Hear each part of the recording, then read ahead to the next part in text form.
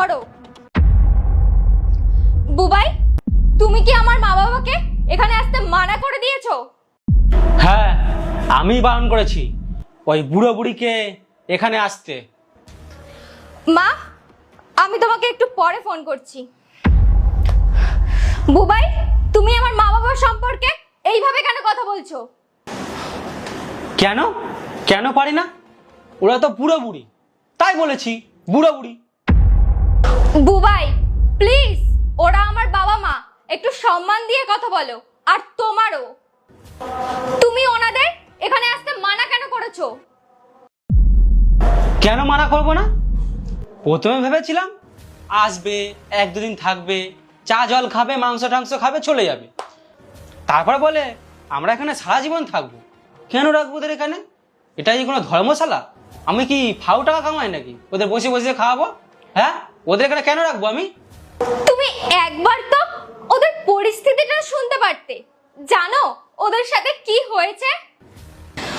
আমার দাদা বৌদি ওনাদের ঘর থেকে বের করে দিয়েছে, কারণ আমার বৌদি ওনাদের পছন্দ করে না। আর আমাকে ওনারা এই ভেবে ফোন করেছিলেন যে মেয়ের কাছে থাকবে, আর তুমি ওনাদের এখানে আসতে মানা করে দিয়েছো। শোনো, ওটা না তোমার দাদা বৌদির প্রবলেম, তোমার দাদা বৌদির দোষ। আমি কেন ভুগবো এইসব কেসে?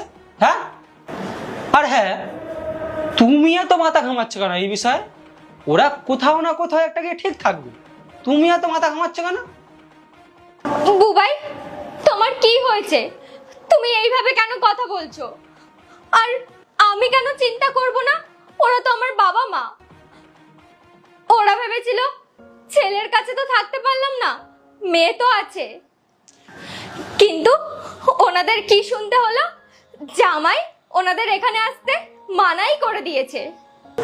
কোয়েল, তুমি হয়তো ভুলে যাচ্ছ, তুমি নিজেই বলেছিলে এই বাড়িতে শুধু আমি আর তুমি থাকবে, কোনো বুড়ো বুড়ি এই বাড়িতে থাকবে না।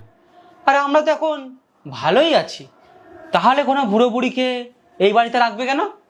দেখো, প্রথমে বুড়ো বুড়ি বলা বন্ধ করো। ওরা আমার বাবা মা, আর তোমারও।